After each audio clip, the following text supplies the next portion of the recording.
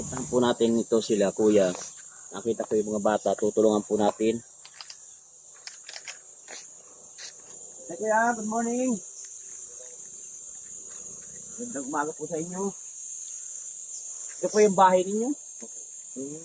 Pwede pong tumuloy. Pwede po. Dito po kami sa...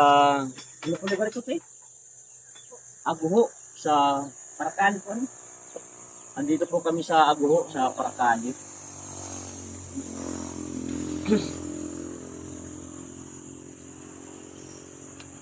Kaya kami ay meron kaming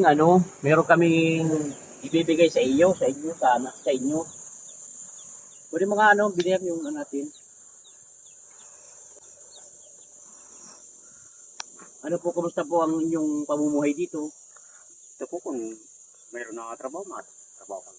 May tapas lang ba kami dito? Nagtatapos po kayo? Oo, wala mang ibang trabaho dito. Nagtatapas lang. Kung walang magpatapas, walang trabaho. Ay, yung pong mga anak mo. Yung mga anak ko nandun, kasama kanina.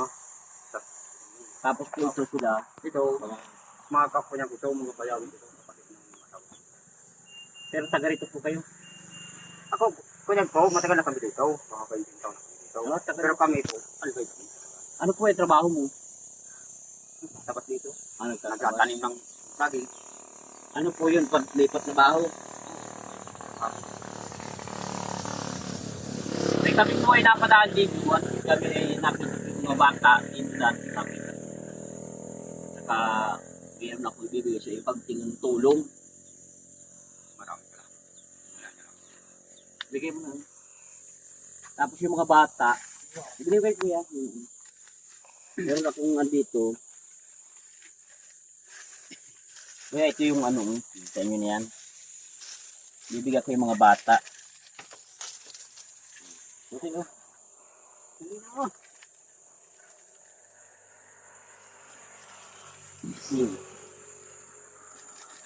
Marami pa yata pong mga bata dyan. Pag bigay nyo na lang yan.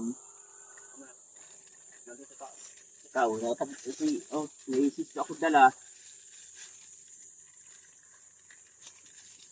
Wala itong istro yata. Asan yung istro? Binasa yung istro? Loob. Nasa loob?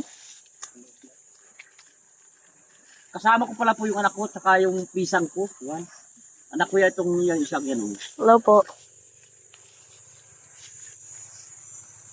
May napadaan po kami. Kaya